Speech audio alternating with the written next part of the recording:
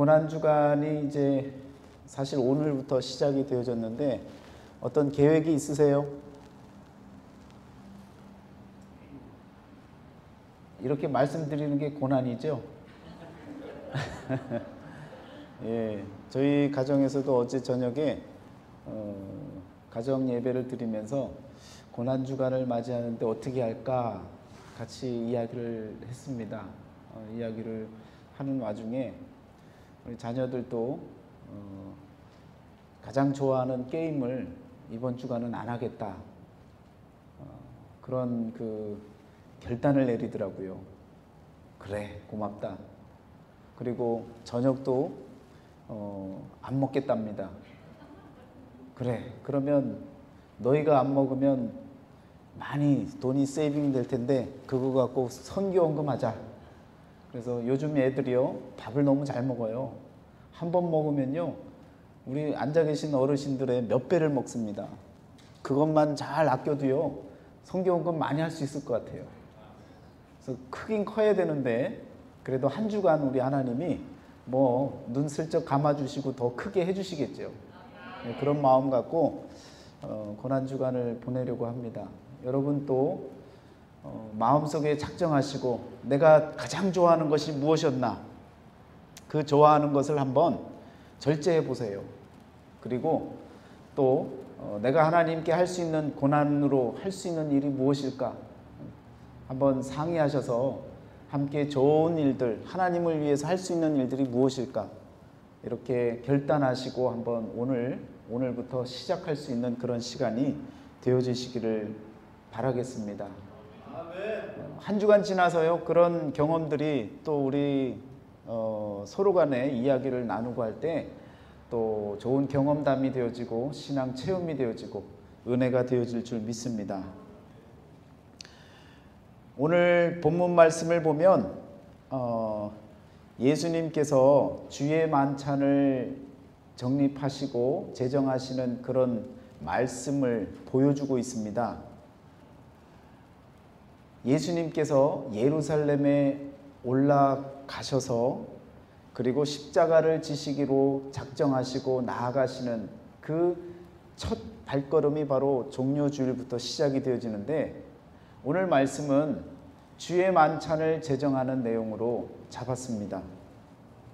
종료주일은요, 참 반전의 반전을,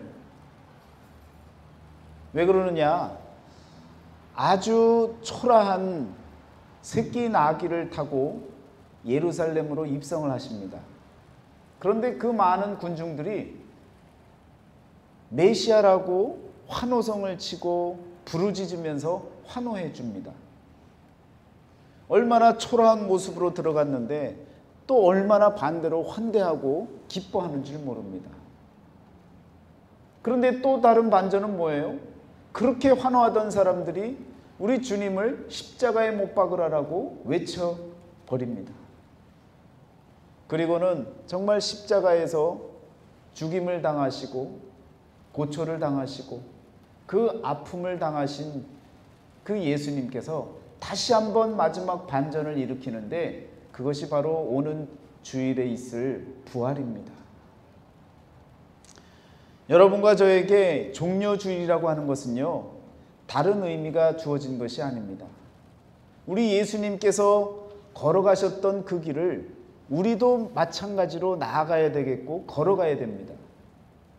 예수님이 보여주신 그 길은 보고 좋으라고 있는 길이 아니라 오늘 우리들에게 똑같이 따라 나아가라고 우리 주님이 직접 몸소 보여주신 일이라는 것입니다. 그리스도도 너희를 위하여 고난을 받으사 너희에게 본을 끼쳐 그 자취를 따라오게 하려 하였느니라. 베드로전서 2장 21절 말씀에 예수님께서 먼저 본을 보여주신 것은 오늘 저와 여러분들이 그 길을 따라오라고 본을 보여주셨다는 거예요. 십자가의 길로 나아가신 우리 주님, 주님의 그 길을 나도 걷겠습니다라고 고백하는 시간이 바로 오늘 이 시간이라는 겁니다. 두렵고 떨리잖아요. 무섭잖아요. 어떻게 우리가 십자가를 지겠다고 고백을 하겠습니까? 아무 말이나 할 수 있겠습니까? 그렇지만 우리 주님께서 나를 따르라 라고 말씀하시면서 책임지지 않겠다는 게 아닙니다. 예수님을 따라 나아가는 자들을 우리 주님께서 책임져 주시겠다는 거예요. 그래서 두렵고 떨리지만 그러나 나아갈 수 있는 소망이 우리에게 주어지는 줄 믿습니다. 그가 시험을 받아 고난을 당하셨은즉 시험 받는 자들을 능히 도우실 수 있느니라. 히브리서 2장 18절에서 이와 같이 말씀하고 있습니다. 주님이 먼저 고난 받으신 것은요, 그 아픔, 그 어려움을 아시고 우리들의 아픔과 우리들의 시련과 고난을 우리 주님이 함께 해주시고 도와주시고 인도해 주시겠다는 거예요. 그러면 이런 질문이 들잖아요. 그럼 굳이 왜 그렇게 어려운 삶을 걸어가게 만드십니까? 우리 주님이 그냥 구원해 주시면 되지 왜 그 길을 가게 만드십니까? 고린도후서 4장 7절 말씀부터 나오는 말씀을 보시면 예수의 생명이 우리 몸에 나타나게 하려 함이니라.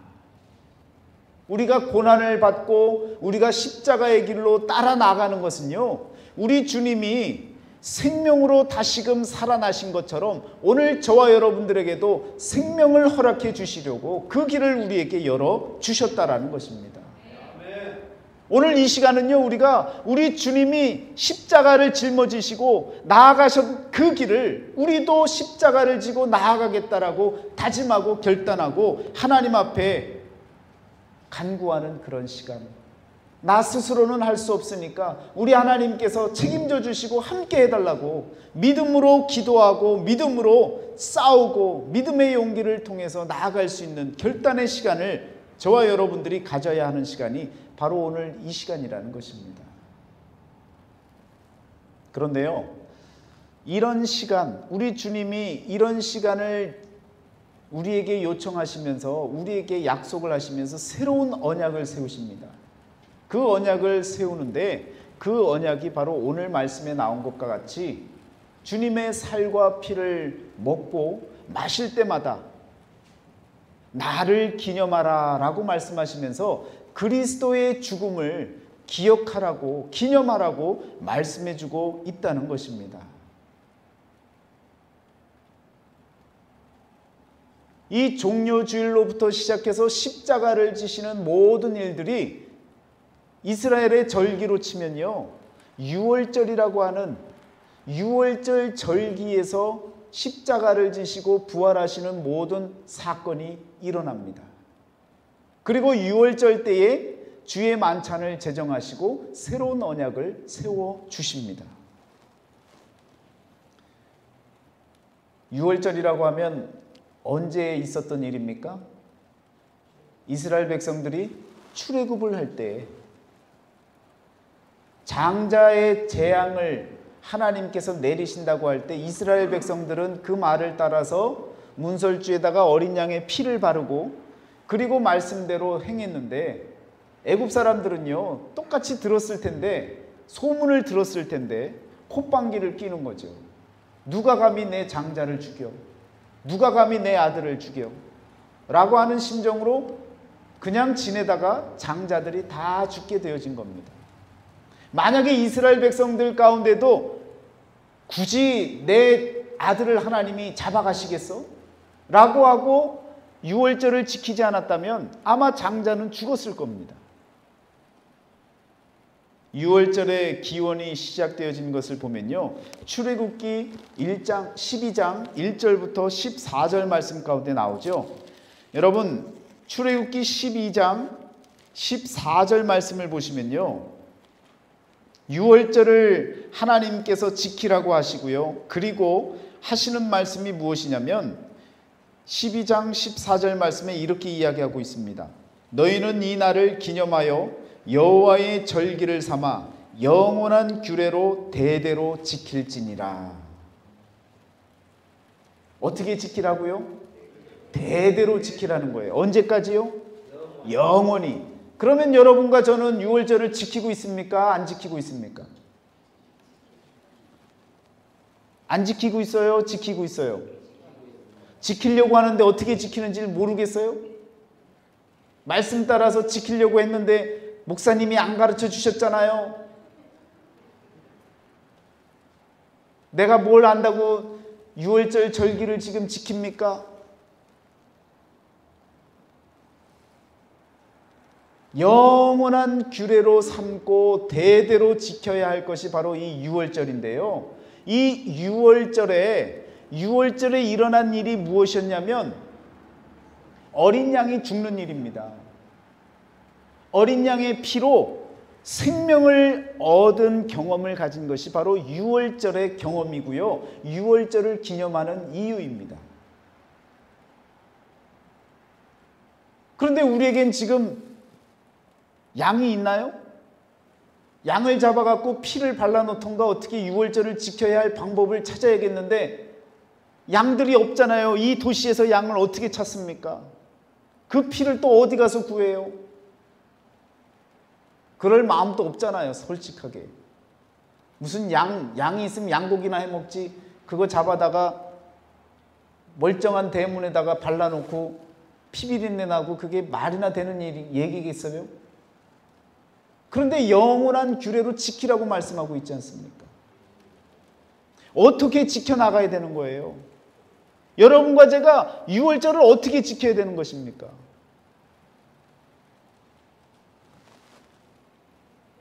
나를 기념하라 라고 말씀하시고 계시잖아요.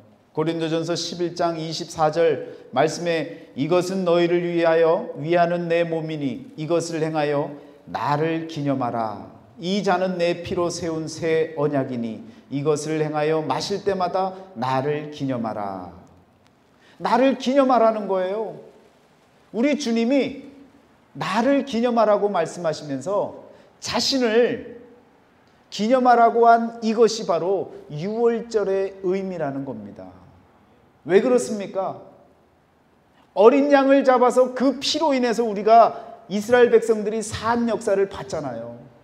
예수님의 피로 인해서 이제는 인류가 사는 역사를 우리가 경험할 수 있게 되어지는 것입니다. 아멘. 여러분, 그래서 우리는요 예수의 피로 인해서 6월절을 지키고 있는 거예요.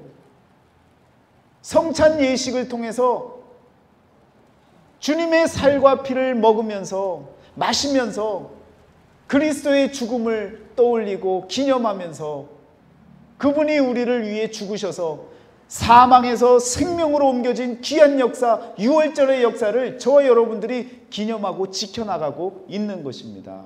아멘.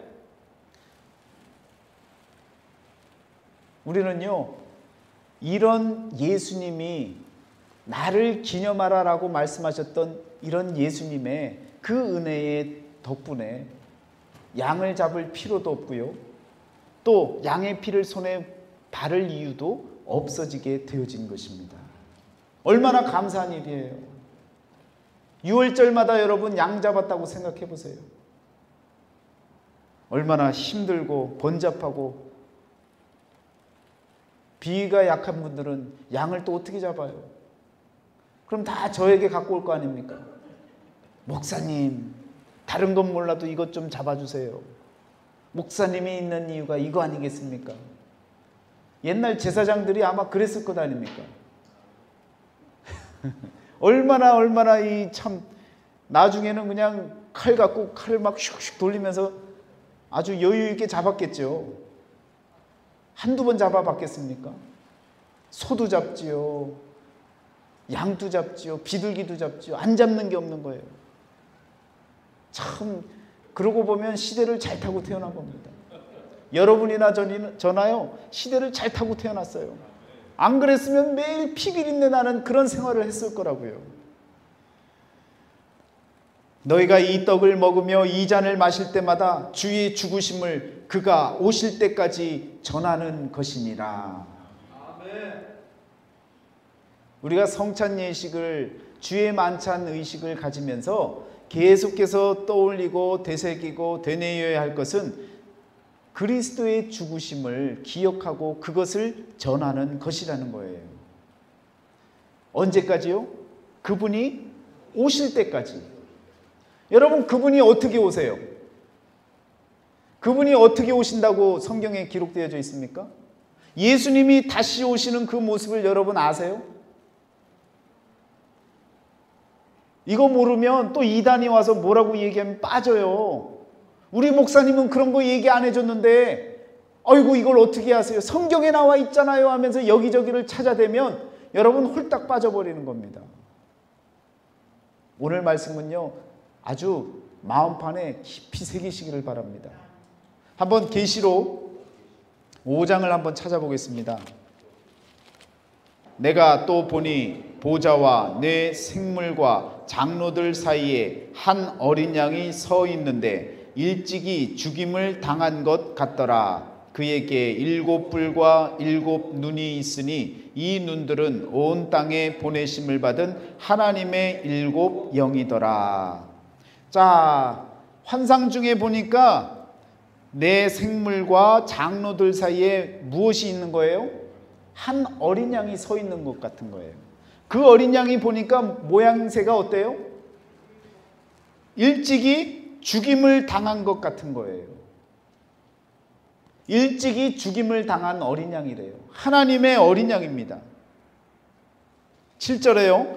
그 어린 양이 나와서 보좌에 앉으신 이의 오른손에서 두루마리를 취하시니라. 그 두루마리를 취하심에 내 생물과 24 장로들이 그 어린 양 앞에 엎드려 각각 검은고와 향이 가득한 금대접을 가졌으니 이 향은 성도들의 기도들이라. 여러분, 그러면 지금 두루마리를 갖고 있었던 이 어린 양은 누굴 가리키는 거예요? 예수님이에요. 졸다가도요 목사가 물으면 그냥 예수님입니다. 이 어린 양이 바로 예수님이신데, 예수님이 12절 말씀해 보면요 큰 음성으로 이르되 죽임을 당하신 어린 양은 능력과 부와 지혜와 힘과 존귀와 영광과 찬송을 받으시기에 합당하도다. 여러분, 이런 어린 양이 바로 우리 예수님의 모습이라는 거예요.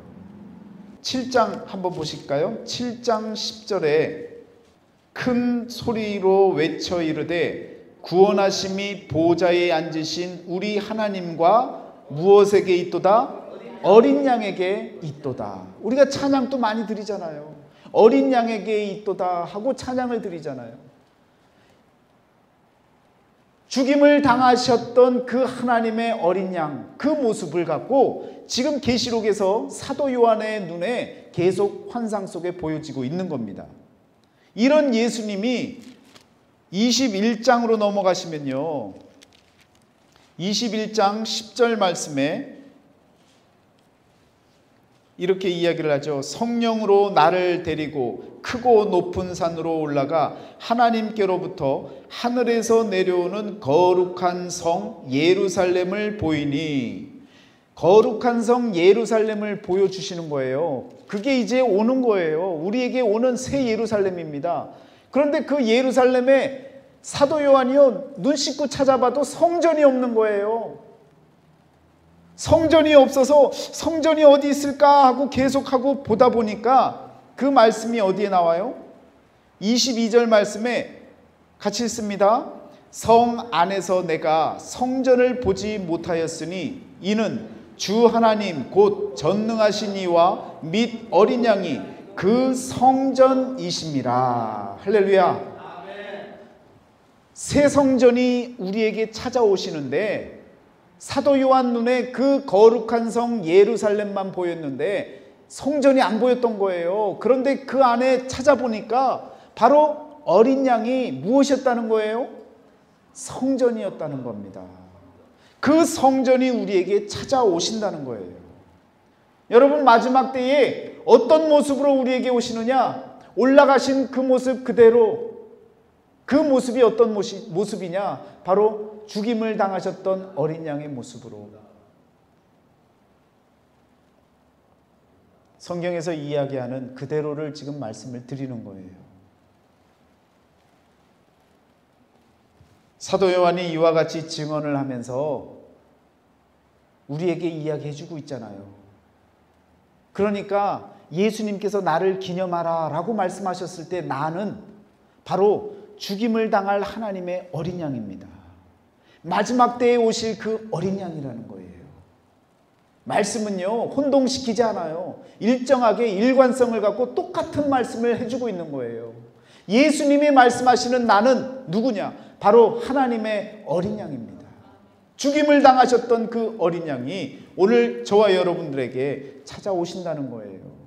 그 마지막 때에 그가 오실 때까지 그리스도의 죽으심을 전하는 것, 기념하는 것, 그것이 바로 유월절에 행해야 될 저와 여러분들의 의식이고 해야 할 일이라는 것입니다.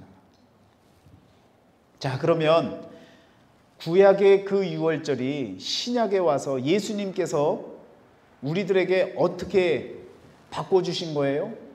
마지막 유월절을 맞이하시면서 공생의 기간 중에 마지막 3년차에 들어선 그 유월절을 통해서 예수님께서 주의 만찬을 제정하셨어요.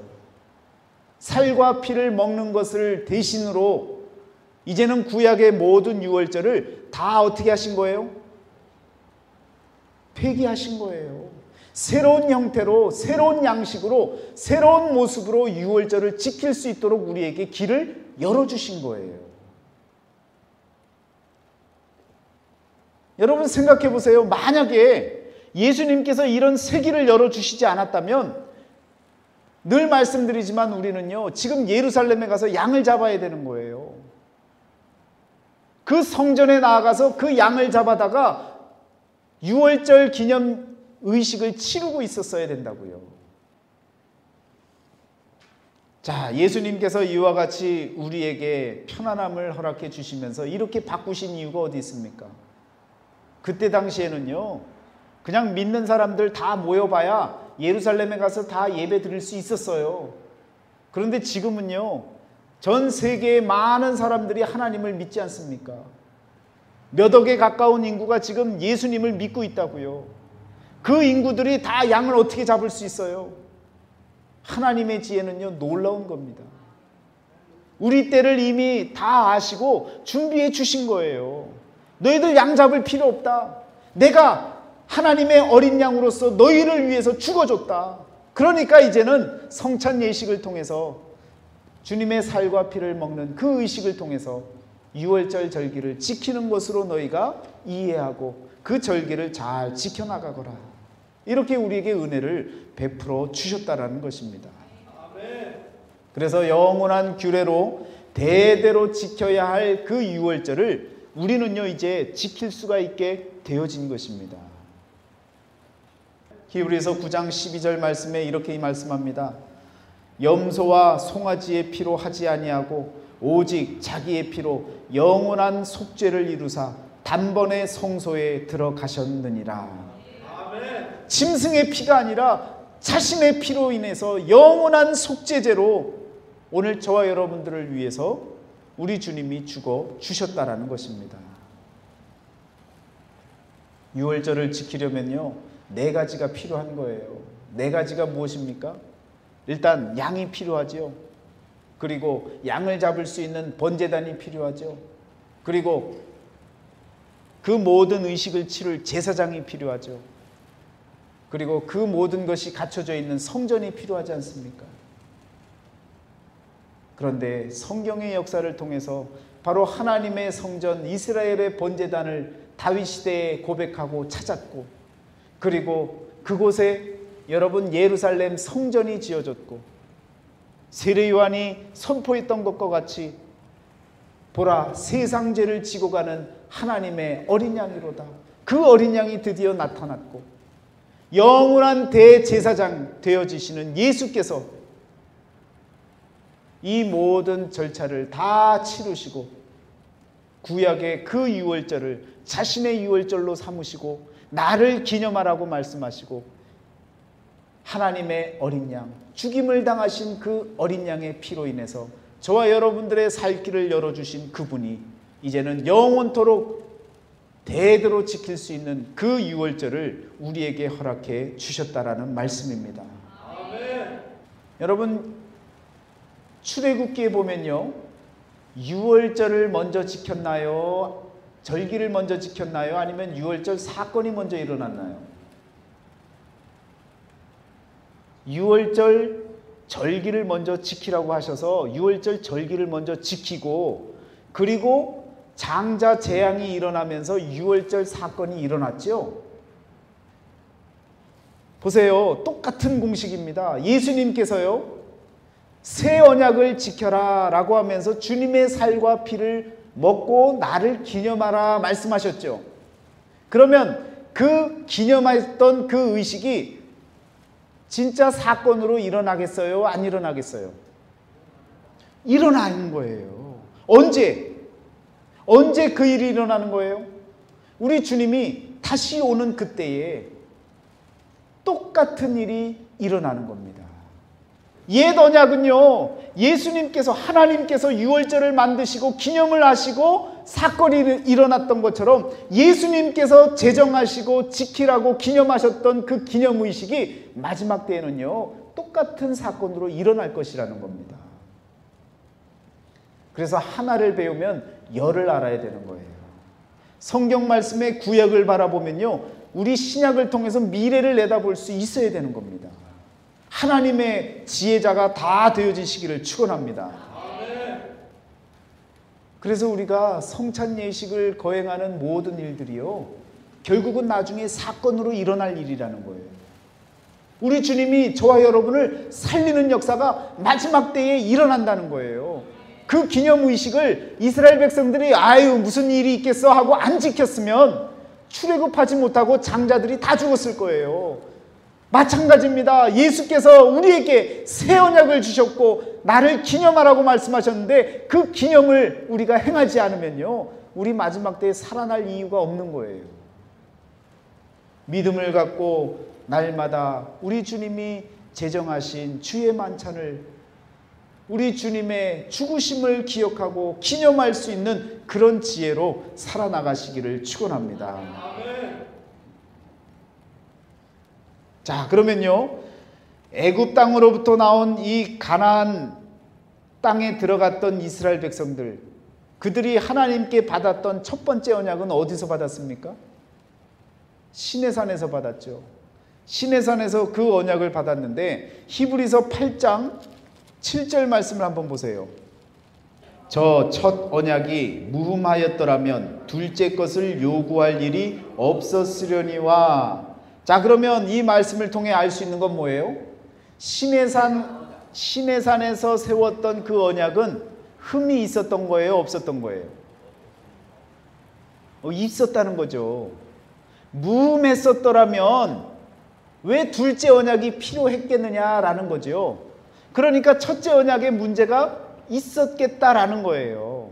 그러면 그 첫째 언약이 무슨 문제가 있는 거예요? 유월절을 통해서 여러분과 저를 살게 만들어주는 그 구약시대의 그 유월절의 문제는 무엇입니까? 짐승의 피를 매번 잡아야 되잖아요. 그리고 죄가 없는 분이 죄를 씻어주는 것이 아니라 죄가 있는 부족한 대제사장이 대신해서 죄를 씻어주는 의식을 갖기 때문에 한 번만 되어지기 때문에 그 다음 연도가 되어지면 또 다른 제사장에게 또 의식을 치르고 또 죄를 씻김 받고, 그러니까 계속해서 죄를 씻어야 하는 이런 흠이 있는 거예요.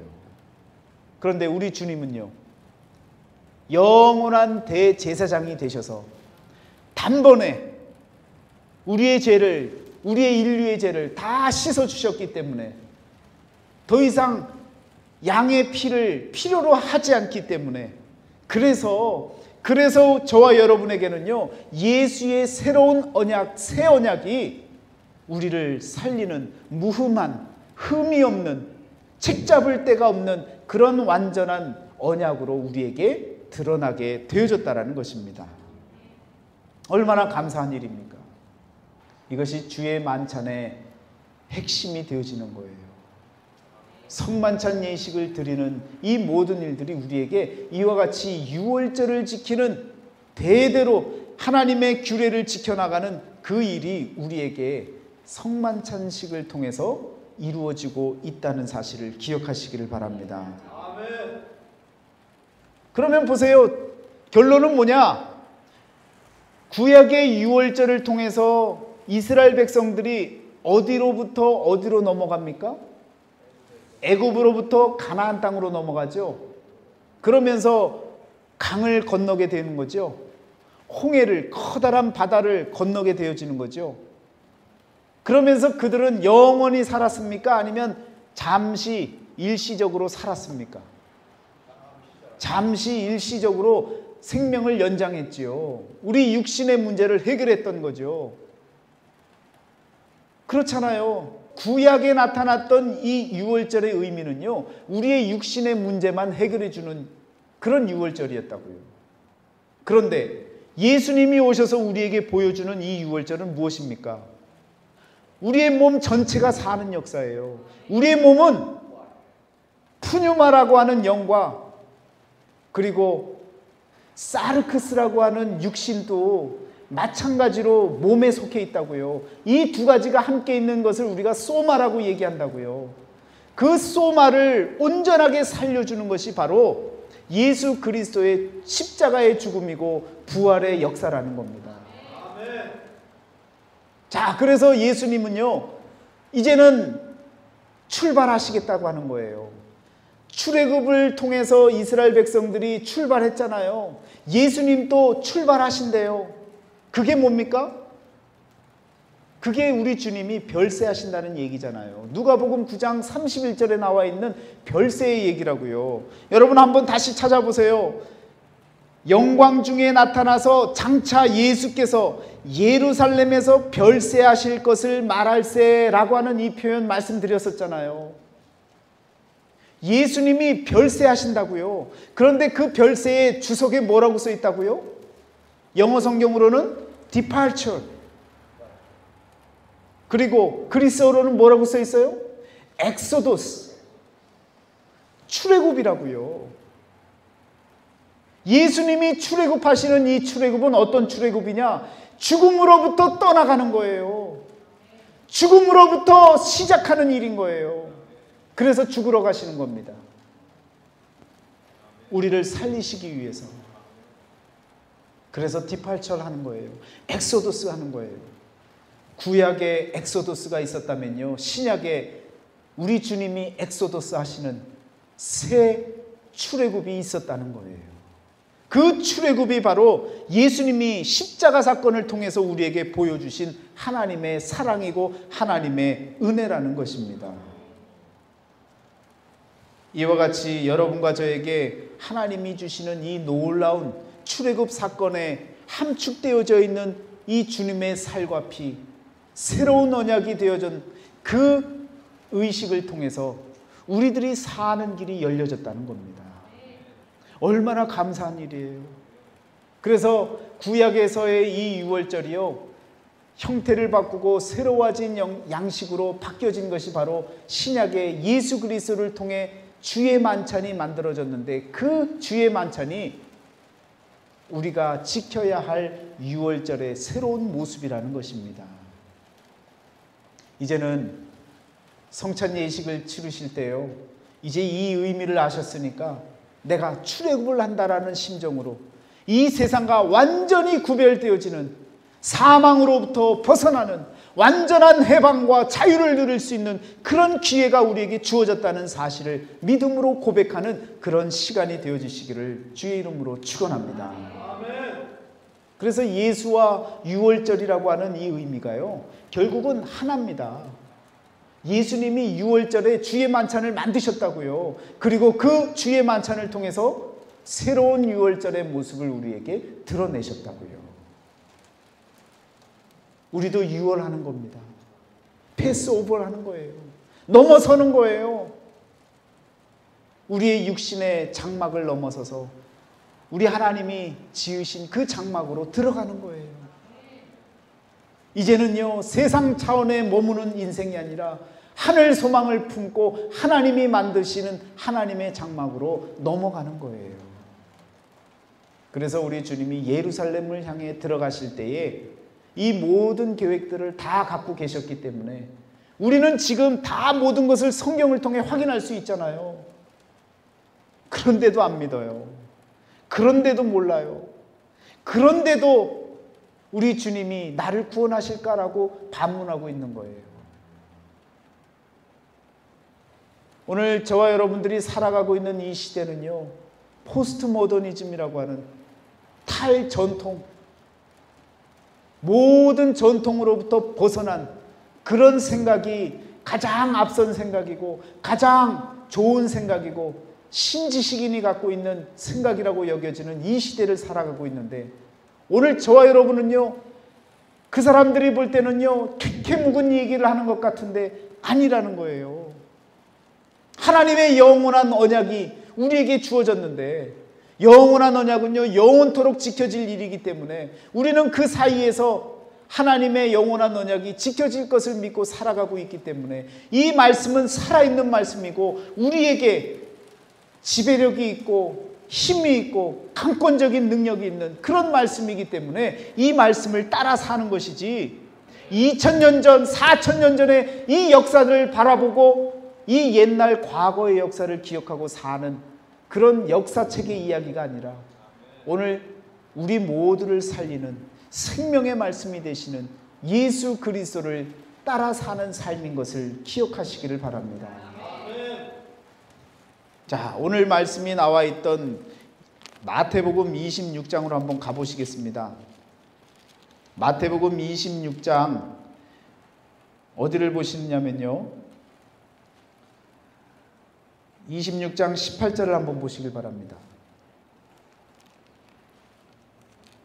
같이 읽습니다. 이르시되 성 안 아무에게 가서 이르되 선생님 말씀이 내 때가 가까이 왔으니 내 제자들과 함께 유월절을 내 집에서 지키겠다 하시더라 하라 하시니, 그랬더니 제자들이 예수께서 시키신 대로 하여 유월절을 준비하였더라.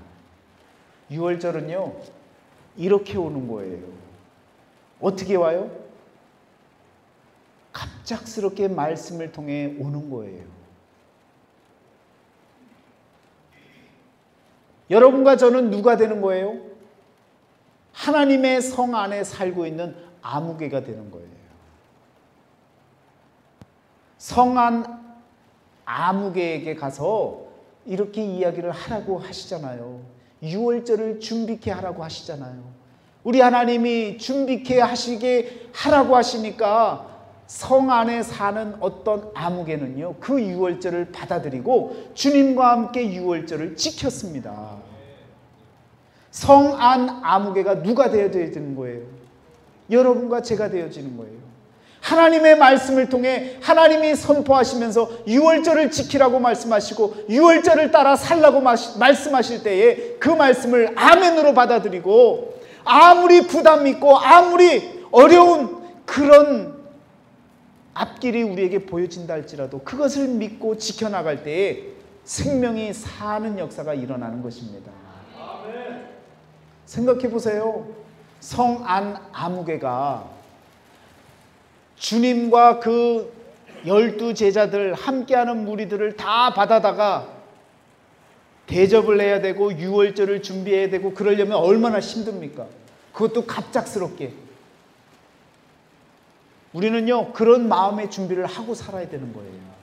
오늘 이 종려주의를 맞이하는 저와 여러분의 마음에는요 그런 거룩한 부담감을 갖고 사시는 거예요. 하나님이 내게 명하시면 가겠습니다. 내가 준비하겠습니다. 내가 희생하겠습니다. 내가 어떤 것이라도 하나님께 내 생명을 다 바쳐서라도 하나님 드릴 수 있는 마음을 준비하겠습니다. 이 심정을 갖고 여러분 사셔야 된다고요. 어느 날 성한 아무개에게 하나님의 말씀이 던져졌을 때에 아멘 하고 모든 것을 유월절을 준비할 수 있는 그런 믿음의 소유자가 다 되시기를 축원합니다. 안 돼요, 안 돼요, 우리 집 안 돼요. 방도 작고요, 청소도 해야 되고요, 정신없고요. 아이고 안 돼요, 제 몸이 너무 약해서요. 사람 치르는 거 너무 힘듭니다. 손님 치르는 거 안 돼요. 안 돼요, 제가 지금 가진 것이 없어서 안 됩니다. 성경에 그런 말이 나오지 않아요. 성 안에 있는 아무개는요 아멘하고 받았고요, 그 모든 형편이 어땠든 간에 하나님 앞에 내어놨을 때에 주님과 제자들이 함께 그 자리에서 유월절을 제정하고 유월절을, 새로운 유월절을, 주의 만찬을 지키면서 하나님의 역사가 일어나는 줄 믿습니다.